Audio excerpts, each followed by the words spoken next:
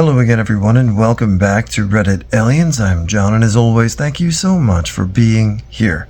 Good topic? Let's do it. What's the one thing that was supernatural that happened to you? Please remember to like, share, and subscribe. My mother died suddenly and unexpectedly. We go through the funeral and I'm back at work. I'm sitting at my desk and I can feel the emotions welling up inside me. And I start to get up to leave the office when I hear her voice in my mind say, "I love you, and I know you love me, and I'm fine." An instant calm came over me. It's been 6 years and I remember it like it was yesterday. 1994-ish. I was about 22 years old, still living at home with my folks. The house upstairs from day one instantly made me feel very uneasy. About 3 years living there, one night I clearly heard a man's voice. He said, "Ride that horse." I don't know the context of what that meant. I'm completely alone. We heard for years that the house was haunted by a man. Some former owners swear he was upstairs as well. That's the only time I heard the voice, but that uneasy feeling was constant, especially in the upstairs bathroom and in the bedroom. I've always talked in my sleep, muttering something words. One night I'm having a dream. I'm talking to a ghost who's telling me what the afterlife is like. It's in great detail, and immediately it changes to me having to tell my partner before I forget. I then dream I am relaying the information to my partner, then I wake up. I'm sitting upright in bed and my partner is staring at me wide-eyed and horrified. I said, "Are you okay? Did you know what you were doing?" "Yes, I was talking to you about the afterlife. You sat up in bed and spoke nonstop for 15 minutes eloquently, looking straight ahead. What you said was beautiful." "Okay, babe, let's go back to sleep. I have to get up at 5. All day at work the next day, I couldn't wait to get home and talk to her. I could only remember one part of what was said to me, but if I spoke like that for a long time, there must be some amazing stuff." "Hey, babe, what was that last night?" "Oh, are you talking in your sleep? It was amazing. What did I say?" "I forgot." Also had a weird connection with my ex. She moved across country and broke up with me when she went to college. Can't blame her, full ride, but still had this connection I couldn't explain to my friends from college. One day I'm in the passenger seat of his car and I'm just struck. Just so struck that I couldn't speak. My friend asked me what was wrong, and it was very obvious something was going on. The only thing I could get out was she's home.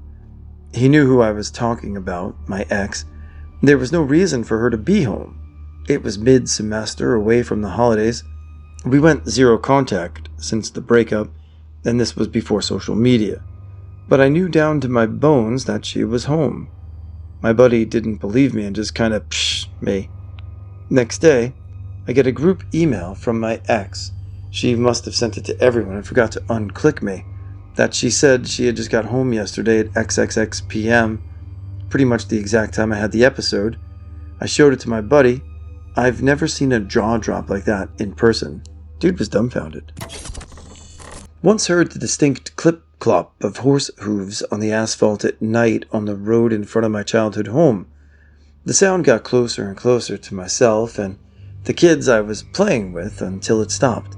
No horse in sight, and nobody in the immediate area owned a horse.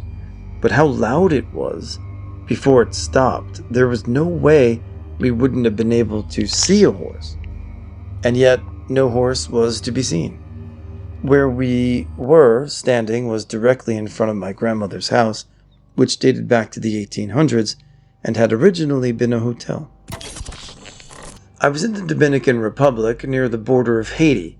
That night I met a voodoo lady. We were doing volunteer work in a small town. I woke up in the middle of the night and thought I was levitating. I was dreaming about it. And when I woke up, I hit the bed. Not sure if I was really levitating, but it sure as hell felt like it. And still to this day, I think there was a possibility it happened. I was digging a trench on my ranch a few years back, and it was early morning, but the sun was barely up. The road through the property was on the other side of the creek, and I think I hear a car coming. I pause with my pick and look up to see an old-fashioned car with round headlights coming down the road. The engine was rattling and it didn't sound like a normal car. I set my pick and shovel down and hop up out of the trench to see who it is. As I dust myself off and get ready to jump the creek, I realize there is no car coming down the road anymore. I cross the creek and see no tracks or signs of anything. The road used to be a highway for wagons and cars until the early 40s, when they bypassed it for a straighter road up on the mountain. I am not crazy, and I am scared of nothing, but this made me wonder about myself for a bit. In-law's grandma died, so the family all gathered and camped out at the farmhouse one last time before it was sold. It was the usual place we all gathered for family events, and so thus we did it one last time. One night, we were all out late with the fire pit, one big circle just hanging out. The front porch light started to blink off and on as if someone was flicking the switch. We all kinda laughed, as that was Grandma's way of only saying shut it down whenever we gathered at the farm before. Father-in-law didn't laugh though. He went very quiet. Odd thing was that no one was in the house. They were incredibly general, and either at the fire or retired to their trailer for the night, well past the house. Father-in-law quietly went into the house and disconnected the breaker. Again, no one else was in there at the time. The light stopped flickering after that, and we all eventually went to bed. Another time, many years before that, one of my close friends at the time died suddenly in a car accident. It shook everyone hard. I finally had a weird lucid dream where he visited me at the work and spoke to me and said he was fine. He was smiling and his usual self. I then asked him what it was like to be dead or wherever he was now. He replied to me. It turned into a grimace as it seemed to worry to tell me, but he couldn't. He wasn't allowed, and it wasn't for me to worry about or deal with at the time in my life. He didn't speak this, but I instantly knew his thoughts on the matter. He then faded away into a darkness, while at this time that a manager, and I asked my question, a loud declaring roar like a train approaching kept getting louder. I woke up and my room was silent. I don't know what I believe. I've seen him in my dreams since. Maybe not a supernatural thing, but it certainly was a profound one. One night around 1 or 2 a.m., my girlfriend at the time started acting weird and saying she saw a hat man in the corner of her room. She was really freaked out and went downstairs to the bathroom. I decided to give her a jump scare for when she was going to come out of the bathroom, so I hid in a little crawl space around the stairs. It was pitch black house. While waiting for her to come out of the bathroom, crouched in the crawl space, I heard, "Girlfriend's name is dead," said in a raspy voice right behind me. I was clear as day and sounded like a fucking phantom, and it was there with me. I immediately bolted out, and we left the house and stayed at a friend's until the morning. The whole thing is that her family said for years that when she was a kid, weird things would happen, like pictures falling off the wall when she was mad, and her dad coming into the room while she was having a nightmare and seeing his dead grandmother standing over her bed. Nothing like that has ever happened before or since to me, but it did make me a believer that something is out there. I enjoy these stories, again, even though I, haven't had supernatural experiences, and I'm okay with that. I like the family stuff and the olfactory stuff before about the person with the cigar smell. I think the olfactory stuff could be very resonant with people. So anyway, have a great day, guys. One night, I felt like I was standing near the bed, so I rolled over to face my partner. As soon as I did, the something sat down hard on the bed with enough force it flipped me back over. I was in complete shock and could feel something sat by my leg. The covers were tight, and I couldn't see it was sitting. It felt like it turned to look at me for a second or two, and then the pressure went off the bed. Just after this, I heard my partner's mum come out of her bedroom and go downstairs and put the TV and lights on. I managed to go to sleep. The next morning I told my partner and his mum, expecting them to laugh, and while my partner did, his mum went pale and asked what time. Turned out she experienced the same thing, hence why she went downstairs, because she was freaked out. I've had dreams since I was little, and they wouldn't make sense, and then the scene would play out. Example of one dream, I was sitting at my grandparents' kitchen table, and an older cousin walked in to check on me and say how my dad was concerned I was self-isolating, and I said I wasn't, and I'd be okay. I just needed a minute. Fast forward a couple months, that scene happened in that way the morning my mom died. And, second, asking a sister-in-law for a sign she was okay. When she passed 2 weeks later, our smoke detectors went off in the middle of the night 2 nights in a row. I said, insert sister-in-law's name. If that's you, you got it, you're okay. Didn't happen again until we moved. She made sure she followed us.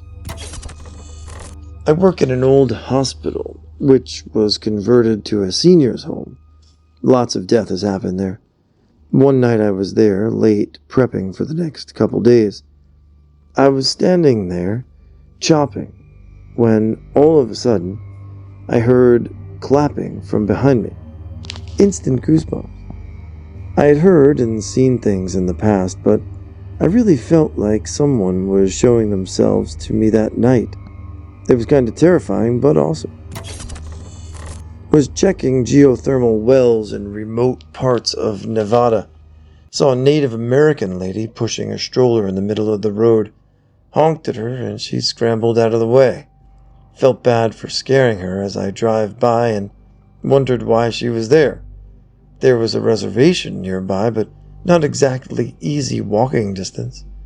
Stopped truck and looked for her. No sign of her or the stroller. Area is flat desert with low scrub. Maybe if she moved real quick, she could have gotten off the road and laid flat on her tummy to hide. But what about the stroller? Didn't seem like there was enough cover or time to disappear like that. Rather anticlimactic, but it spooked me at the time. Being awakened in the night by the smell of cigar smoke in my grandma's haunted house. When he was alive, Grandpa used to smoke cigars. Shortly after he passed away, Grandma moved out of their room and started sleeping in another bedroom because Grandpa would visit her during the night. Their room became the guest room, and from time to time, people who slept in that room would mention that they were awakened by the smell of cigar smoke during the night. I experienced it a few times. I tried to challenge Grandpa's ghost a few times, but there was never any other manifestation. My niece bought the house after Grandma passed away, and the haunting still continues after over 50 years. I was at work. It was a small office, and the door was open as usual. A man walked in asking for the boss. I'm not sure if it was just as he walked in or right before he did, but I had a sense of overwhelming dread emanating from him like a shroud of darkness following him. He looked fine, was polite and friendly, so I pointed to the boss's room. He walked in, but the entire time he was there, I felt like he was pure evil and could not be trusted. It felt like I needed to warn people of how dangerous he is. After he was gone, I had to say something. I told the boss, I know this is going to sound crazy, but then explained about how I felt and that I've never felt that before. He said not to worry. He was just being polite and had no intention of working with him, as people knew of him tricking and scamming people and stealing their hard work and putting it in his name. I have never felt like that before or since. When I was little, I had an imaginary friend named Holly. She was slightly taller than me and had long brown hair and was covered in bandages. In hindsight, there were probably medical casts. We always played together in the garden, chasing bugs and talking. I'd mention her to my parents and do the typical, you have to set a plate for my friend at dinner time thing. And they'd always go quiet and looked concerned, but never spoke about my friend. At the top of the stairs, we had a wooden archway. Holly would refuse to walk down the stairs. I'd have to carry her down, or we'd sit on our butts and bump down the steps one by one. I'd play with her daily until I was about 11 or 12, and then she vanished. When I was 16 or so, I was renovating the walls for my mom and using a wallpaper stripper. It applied hot steam to make the paper peel easy, and had gotten down to the base layer near the stairs anyway. Right there, on the plaster, was a carving of a family that a kid would do of 2 parents and 2 kids. It had written, Mommy, Daddy, Jesse, and Holly. I immediately told my mom about this and took a photo of the carving. I no longer have it. It was saved on a Windows phone that bricked itself to show her. She then told me the story of what happened before they moved in. A family had lived there with 2 daughters. One day the youngest one, whose name was Holly, had fallen near the threshold at the top of the stairs and sustained serious brain damage and bone damage. She was hospitalized and eventually died of severe internal bleeding on the brain. The family immediately moved, and after a few months, my parents moved in, and eventually I was born. I think the spirit of that little girl lingered around in order to play around and have some fun since she passed so young. During my Psychosis episode in 2019, I started seeing subliminal messages sometimes, either TV, radio, or books. I went to the park near where I grew up to chill. There were these wooden benches outlining a soccer field that was a very popular hangout spot ever since I was a kid. They'd been there for at least 20 to 25 years. People would carve stuff on these benches, and love messages, symbols, drawing, etc. That day, I saw a very explicit message that terrified me.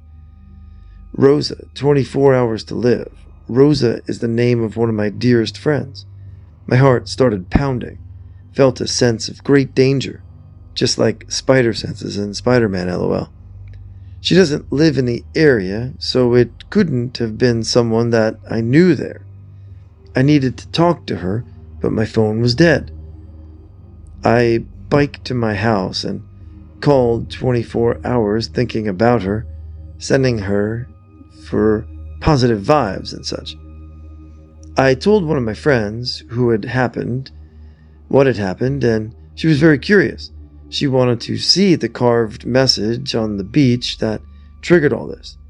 I agreed to go to the park with her, but only after the 24 hours had passed, so that was 2 p.m. the next day, after calling Rosa to make sure she went out okay. And my heart stopped when we arrived. The bench was gone, fences surrounding where it once stood A massive wooden bench that could sit at least 20 people that had been there since my childhood was removed the day after it triggered a panic attack. The odds of this happening are infinitely small, and I still can't completely accept to this day that this was a coincidence. Then a month or so later, the real psychosis happened. Police saw me in crisis in the street. As soon as they approached, I closed my eyes and kept them closed for the following 2 to 3 hours. I will never know what truly happened during that time, since I had no visual cues, but my other senses were very sharp. They picked me up and put me in an ambulance, but I could swear that during the transportation I felt like we lifted off the ground. The staff were joking about bringing me on Mars. Later in the hospital, I finally opened my eyes. I was in a dark room with other patients. There was this impending sense of doom, like something really bad was about to happen. Nurses were taking shifts watching us, switching every hour or so. One was dark-haired and mean. The other blonde was very kind. I was trying to convince the nurses that we needed to leave before it was too late. I also remember calling my dad from the phone line in the room and him picking up. I could hear him, but he couldn't. Later, they brought me for an MRI scan. I felt like I needed to close my eyes for this, so I did. And when they laid me down for a scan, I felt like I was brought down, like I was lowered to a lower floor, then brought back up. I remember all of this vividly. No hard drugs involved, just daily weed. Again, I will never know what truly happened, and I'm not totally fine today. I quit weed, alcohol, and I take no medications. Ages and ages ago, I was visiting a town somewhere in the middle of Germany with a group of kids. We spent some time at the town square. It had a fountain, some park benches, and was a nice place to wait for the rest of our group, which was doing a sightseeing tour of the nearby church. Some local teenagers came by and started throwing water bombs at us, and at me, the only adult in the group. And suddenly, while watching the water bombs flying, time slowed down so much that it seemed like the water bombs were hovering mid-air, and I somehow moved out of their path, being able to totally avoid getting struck and wet. I don't remember any conscious thought on where to move to be safe. It was like something moved me like a chess piece. The teens were so impressed that they stopped attacking us and moved on. Sometimes, very, very rarely, I can tell what is going to happen in the next few seconds to minutes. Trivial things like it's going to rain, though there's no cloud coverage in the sky. Or when the Cardinal Ratzinger was announced as the new Pope Benedict I, I already knew it was a few seconds before the bishop or whatever he announced it. About 2 years ago, I was up early taking pictures of the sunrise, etc., in a beautiful park near where I live. It was summer solstice. I took many amazing pictures this morning, but the one that was strange is that there were several where, despite using no filter or any additional assistance, I appeared transparent in several of the photos. No, they weren't a reflection, and it wasn't just a refraction of light. The trees behind me, the business behind me, were visible, like through my body and face. No, I can't post. The phone was stolen about a year ago, and I lost everything. Wish I could. I used to see ghosts as a kid. I can feel their presence, though it gets oddly cold when they leave for good and won't be back. Even on a hot day, the air is colder when nobody is there. However, this is usually with those who are at peace when they pass. It gets cold like a rainy day in the middle of winter type of cold, when someone feels as if they have things to do before they leave. Final goodbyes are nice, though they are warm like a hug, and you feel pretty comfy when that weird thing to experience, and it was a warm feeling, comes and eventually passes. It's a weird thing to experience because it feels as if there's a person in the room, but there's absolutely nobody there. Like someone right behind you, but each time you turn around, they just stay hidden in your shadow.